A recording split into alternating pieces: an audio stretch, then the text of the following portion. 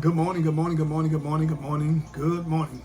Today's wisdom will be coming from out of First Peter chapter 3, verse number 8. That's First Peter chapter 3, verse number 8. It says, "Finally, be ye all of one mind, having compassion one of another, love as brother, be pitiful, and be courteous." Of course, today I want to talk about changing your world, changing your world. Yesterday, we talked about what a wonderful world it would be.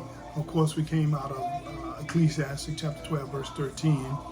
Of course, that was a word of wisdom. Let us hear the whole conclusion of the matter.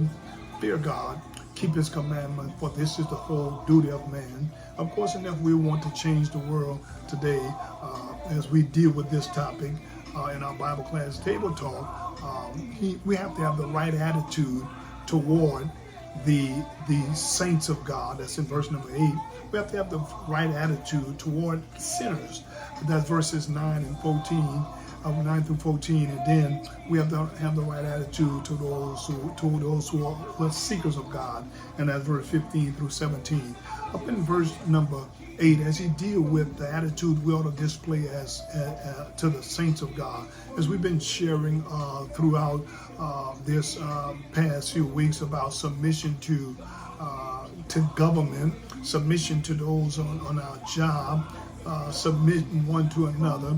Of course, that's our love for God, and if we truly have love for God, we truly ought to have love for the saints of God. And so he says we ought to be in one mind. That's concord. We ought to be in unity. We ought to be compassionate toward one another. We ought to have love as brethren. You talk about charity. We ought to be pitiful, and that is we ought to show care and concern for one another and courtesy. We ought to be humbleness of mind. So please join us tonight as we really dig into this particular topic of how we really can change our world, how we literally can make a difference in the world in which we live in, even in the midst of hatred and violence.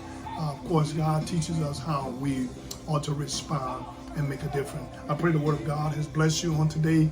As always, today will be better than yesterday, and tomorrow will be better than today. Why? Because I will strive to live better, be better, and do better. I am happy, healthy, and holy, changing your world.